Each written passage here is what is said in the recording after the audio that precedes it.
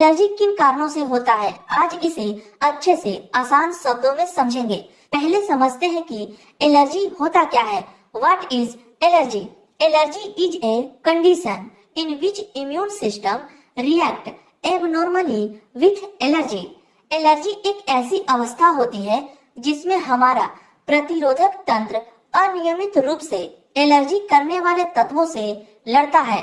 मतलब कि दोस्तों, जब हमारे शरीर में कोई बाहर से एलर्जी करने वाला सब्सटेंस इंटर करता है तो जो हमारे बॉडी में इम्यून सिस्टम पाए जाते हैं उनके अंदर एंटीबॉडी पाई जाती है और यही एंटीबॉडी उस एलर्जी करने वाले तत्वों से एबनॉर्मल बिहेव करती है और जहां पर यह रिएक्शन होता है उस जगह पर इन्फ्लामेशन या इचिंग हो जाती है, जैसा कि आप इस इमेज को देखकर समझ सकते हैं।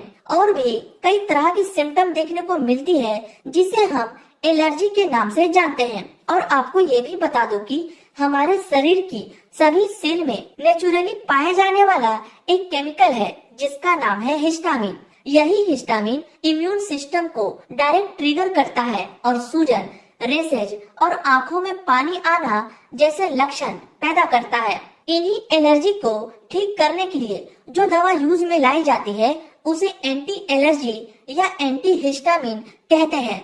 होप सो आपको समझ आ गया होगा कि एलर्जी होता क्या है। अब बात करते हैं एलर्जी के टाइप के बारे में कि ये कितने प्रकार के होते हैं। तो दोस्तों, एलर्जी कई तरह से हो सकते हैं जिसमें सबसे ज्यादा देखी जाती है मेडिसिन एलर्जी, दवाइयों की एलर्जी। कई लोग होते हैं जिसके बॉडी में नॉर्मली यूज करने वाली दवा भी एलर्जी कर देती है। जैसे कोई व्यक्ति पैरासीटामोल खा रहा है, उसको एलर्जी हो गई उस दवा को खाने से और कईयों को कुछ नहीं होता है। इस टाइप की एलर्जी को मेडिसिन एलर्जी कहते हैं। फूड एलर्जी, किसी को कुछ खाने पीने से एलर्जी हो जाती है। इंसेक्ट एलर्जी, किसी व्यक्ति को कीड़े काटने से भी एलर्जी हो जाती है। एनिमल एलर्जी, जानवरों से एलर्जी।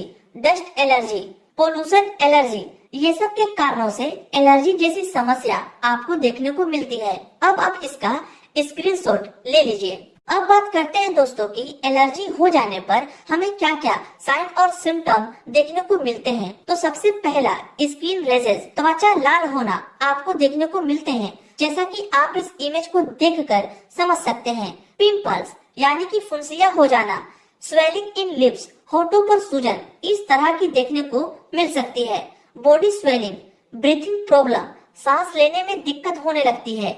इचिंग, खुजली, रनी नोज, नाक से पानी आना, इस तरह की लक्षण आपको एलर्जी के पेशेंट में देखने को मिलती है। अब आप इसका भी स्क्रीनशॉट ले लीजिए। अब बात करते हैं एलर्जी में इस्तेमाल होने वाली दवाओं के बारे में जो हमारे इम्यून सिस्टम को शांत करती है और ये सब दवाओं को एंटी हिस्टामिन कहते हैं। सबसे पहले जो दवा आती है हमारी वो है क्लोरफेनिरामाइन, जिसको आप इचिंग यानी कि जब खुजली होने लगे तो आप क्लोरफेनिरामाइन का इस्तेमाल कर सकते हैं। वाटरी आईज, जब सर्दी के कारण या किसी एलर्जी के कारण हमारी आंखों से पानी बहती है तब इस्तेमाल कर सकते हैं इस टैबलेट को।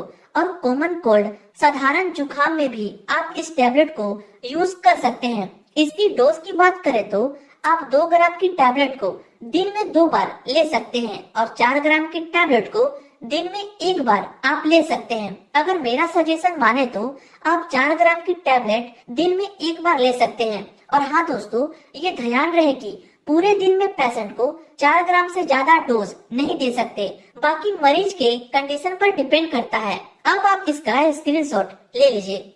नेक्स्ट जो टैबलेट है दोस्तों वो है लोराटेडिन। मैं जो भी नाम बता रहा हूँ ये डायरेक्ट मेडिसिन के कॉम्पोजिशन का नाम है और आपको मेडिसिन की कॉम्पोजिशन ही याद रखनी है। इस लोराटेडिन टैबलेट का यूज दोस्तों इचिंग यानी कि खुजली होने पर और एलर्जी के कारण आंखों से पानी आए तब कर सकते हैं। इसकी डोज की बात की जाए तो 10 ग्राम ही टैबलेट मरीज को दिन में 1 बार दे सकते हैं और इसको दोस्तों दिन में ही देना सही होता है ताकि इस दवा का अगर कोई साइड इफेक्ट हो तो पेशेंट में आसानी से दिख जाए। बस आप याद रखना कि लोराटेडिन टैबलेट का यूज कब करते हैं। अब आप इसका भी स्क्रीनशॉट ले लीजिए। अब नेक्स्ट जो है वो है सेट्रिजिन टैबलेट। यह बहुत ज्यादा यूज की जाने वाली टैबलेट है, आप भी कभी ना कभी खाए ही होंगे। इसका इस्तेमाल itching, watering eyes, runny nose, ये सब कंडीशन में सेट्रिजिन टैबलेट का आप यूज कर सकते हैं। यानी कि यह दवा रामबाण इलाज माना जाता है सामान्य सर्दी जुकाम में। यह बच्चों और एडल्ट दोनों में काफी इस्तेमाल होती है, जो सेट्रिजिन के नाम से भी आपको मार्केट में मिल जाएगी। इसको भी 10 ग्राम तक दिन में एक बार देना होता है। अब आप इसका भी स्क्रीनशॉट ले लीजिए। नेक्स्ट जो टैबलेट आती है वो है लिवोसेट्रिजिन, जो मार्केट में आपको लिवोसेट नाम से इजीली मिल जाती है। इसका कॉम्पोजिशन लिवोसेट्रिजिन होता है। इसका इस्तेमाल दोस्तों नाक बहना में करते हैं, किसी को छींक आ रही है उस दौरान करते हैं, बॉडी रेडनेस में कर सकते हैं। इस तरह की रेडनेस शरीर में हो गई हो तो इस लिवोसेट्रिजिन का यूज कर सकते हैं। डोज की बात की जाए तो स्टैंडर्ड डोज में 5 ग्राम ही मरीज को दिन में एक बार दे सकते हैं। यह बात आप ध्यान में रखना। नेक्स्ट जो मेडिसिन आती है दोस्तों वो है फेक्सोफेनाडिन। याद रहे ये सब कॉम्पोजिशन है और आपको कॉम्पोजिशन ही याद रखना है। इसका उपयोग ईचिंग, स्नीजिंग, बॉडी रेडनेस में कर सकते हैं। डोज की बात की जाए तो इसको 120 ग्राम ही दिन में एक बार दे सकते हैं। इसका भी अब आप स्क्रीनशॉट ले लीजिए। नेक्स्ट जो टैबलेट है दोस्तों उसका नाम है मोन्टेक एलसी, जिसका कॉम्पोजिशन मोन्टेलुकास्ट होता है। इसका इस्तेमाल की बात की जाए तो इसको खुजली होने पर, छींके आने पर, शरीर में रेडनेस हो जाने पर, नाक बहने पर कर सकते हैं। ये भी काफी इफेक्टिव मेडिसिन है, एलर्जी की कंडीशन में यूज की जाने वाली। डोज की बात की जाए तो इसको 10 ग्राम तक दिन में एक बार ले सकते हैं। यही थी कुछ इम्पोर्टेंट दवा दोस्तों जो एलर्जी होने पर यूज किया जाता है। सबका आप स्क्रीनशॉट जरूर ले